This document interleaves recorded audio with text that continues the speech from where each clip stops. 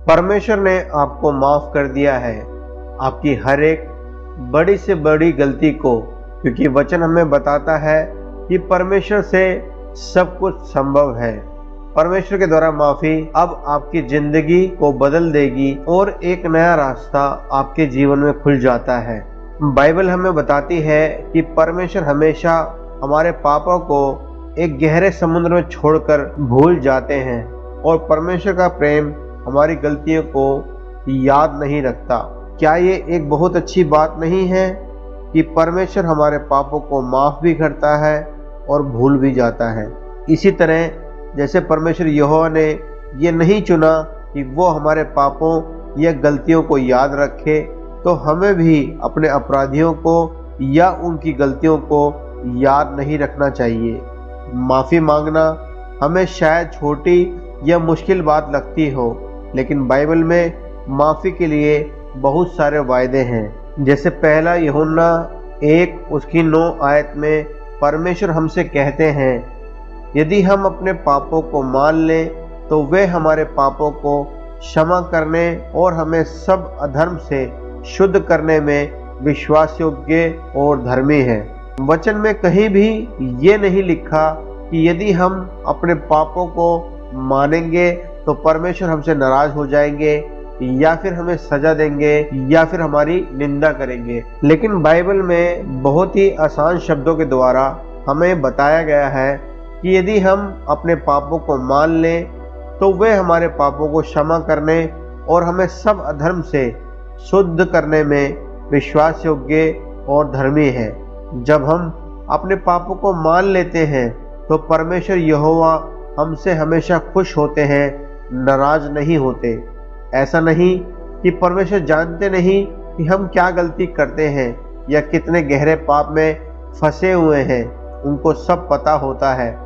लेकिन वो चाहते हैं कि जो गलतियां हम करते हैं उन्हें हम भी जाने, इसलिए जब भी हम पाप करते हैं उसे समझना और उसका अंगीकार करना बहुत ज़रूरी है। उनकी गहराइयों को जानना बहुत ज़रूरी है, इसलिए अपने पापों को मानना बहुत ज़रूरी है ताकि परमेश्वर हमें शुद्ध कर सके, हमारे पापों से हमें छुटकारा दे सके।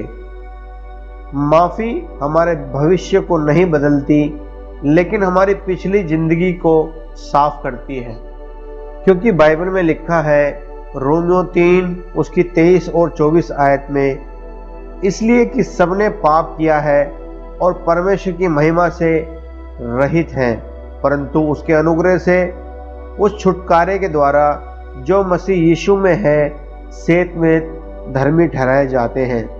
यदि हम यीशु मसीह पर विश्वास रखें तो हमें माफ़ी के लिए ना तो भीख मांगनी पड़ती है और ना ही सौदा करना पड़ता है। इस बात से फ़र्क नहीं पड़ता कि हमने अभी तक क्या क्या किया है, लेकिन फ़र्क इस बात से पड़ता है कि यीशु मसीह ने हमारे लिए क्या किया है। क्रूस की मृत्यु इस बात का प्रमाण है कि जब यीशु मसीह को क्रूस पर चढ़ाया गया उस समय भी यीशु ने सबसे पहले यही कहा, हे पिता इन्हें क्षमा कर, क्योंकि ये नहीं जानते ये क्या करते हैं। सबसे पहली बात जो क्रूस पे यीशु मसीह ने बोली वो माफ़ी के बारे में ही थी, और इतनी तकलीफ में सिर्फ इसलिए वो बातें बोल पाए क्योंकि वे मुझसे और आपसे बहुत प्यार करते हैं, ऐसा प्यार जो किसी शर्त का मोहताज नहीं। यीशु मसीह ने पापों से हमारे छुटकारे के लिए अपनी जान दी। उन्होंने पाप को ख़त्म किया, ना कि पापियों को। हम कई बार ये सोचते हैं कि हर बार हमने गलती करी और माफ़ी मांगी, हमें लगता है कि परमेश्वर ने हमें माफ़ नहीं किया, और हम इस तरह कई दिनों, महीनों या फिर सालों तक एक ही बात के लिए खुद को कोसते रहते हैं और बार बार माफ़ी मांगते रहते हैं। लेकिन क्योंकि हमने खुद को ही माफ़ नहीं किया होता तो हम हमेशा सोचते रहते हैं कि परमेश्वर ने भी मुझे माफ़ नहीं किया।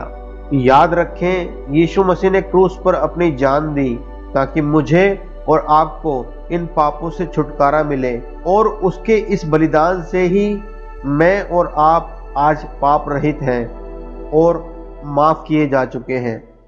मेरे खुद के अलावा कोई और मुझे कभी भी परमेश्वर के प्रेम और माफी से अलग नहीं कर सकता। मैं आपको बताता हूं कि पाप की शुरुआत कैसे होती है। इससे पहले कि हम कोई भी पाप करते हैं तो शैतान हमें एक अलग सी कहानी सुनाता है कि पाप करना कोई बड़ी बात नहीं, ये तो एक छोटी सी गलती है जो आजकल सब करते हैं और उनके साथ कुछ बुरा नहीं होता, इसलिए तुम भी कर सकते हो और इसे करके देख सकते हो। पाप करने में क्या जाता है, एक बार से कुछ फर्क नहीं पड़ता। अभी तक शैतान इसे छोटी सी बात बताकर हमारे मन में एक इच्छा बनाता है कि हम उस पाप को करें, लेकिन जैसे ही हमसे वह पाप या गलती हो जाती है तो वह अपनी योजना को बदल देता है और बाद में उसी गलती या पाप को बड़ा बनाकर हमें सुनाता है, जैसे कि जो तुमने किया वो बहुत गलत है, उसकी कोई माफ़ी नहीं है।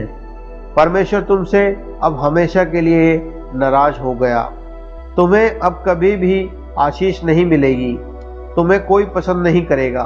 शैतान एकदम जो गलतियां वह हमें दिखा रहा था उनको करने से कुछ नहीं होता ऐसा कुछ बता रहा था, वही जब हो जाती हैं तो हमें कई बातें बोलकर इतना बुरा महसूस करा देता है कि हम अपने आप को गलतियों के लिए दोषी समझकर कभी भी माफ़ी नहीं मांगते, या फिर अकेले सोच सोच कर अपने आप को इतना परेशान कर लेते हैं कि शैतान हमारे जीवन के साथ खेलता रहता है और हमें समझ नहीं आता कि कब हम एक सोच के जरिए से इतनी बड़ी चाल के शिकार हो जाते हैं। यह एक गलत सोच है कि खुद को दोषी समझना आपको एक बेहतर इंसान बनाता है, लेकिन ऐसा नहीं है, क्योंकि ये एहसास आपको अंदर ही अंदर ख़त्म करता रहता है। या फिर कई लोग दुनिया को अपना दुश्मन समझने लगते हैं क्योंकि उनको लगता है कि जो कोई उनको नहीं समझेगा वह उनका दुश्मन है। लेकिन याद रखें, परमेश्वर माफ़ी मांगने पर हमें एकदम से माफ़ कर देते हैं। वो आपको आपके पाप गिनवाते नहीं, ना ही उनको नापते हैं। बस आप मांगे और आपको माफ़ी मिल जाएगी, क्योंकि यीशु मसीह ने हमारे पापों का दाम क्रूस पर चुका दिया है। जैसा बाइबल हमें बताती है, कुलोसियों की पत्री 1 उसकी 13 से 14 आयत में, उसी ने हमें अंधकार के वश से छुड़ाकर अपने प्रिय पुत्र के राज्य में प्रवेश कराया, जिससे हमें छुटकारा अर्थात पापों की क्षमा प्राप्त होती है। परमेश्वर की ओर से माफ़ी मेरे और आपके लिए एक अनुग्रह के समान है। उसका आनंद लें और हमेशा यीशु मसीह में बने रहें। आइए हम प्रार्थना करें। परमेश्वर, हम आपके पास आते हैं और इस वीडियो को देखने और सुनने वाले भाई या बहन के लिए प्रार्थना करते हैं कि परमेश्वर आप इन सब को अपनी आत्मा से भरें, ताकि हर बार जब भी ये आपके पास लौटना चाहें तो पवित्र आत्मा इनकी मदद करे और इन्हें खुद को और इनके अपराधियों को माफ़ करना सिखाए। इस प्रार्थना को यीशु मसीह के नाम से मांगते हैं, आमीन। हम आशा करते हैं कि इस वीडियो से आपको परमेश्वर की आशीष मिली है। अगर आपका कोई भी प्रार्थना का विषय है तो आप नीचे कमेंट बॉक्स में लिख सकते हैं। परमेश्वर आपको माफ़ करना सिखाए।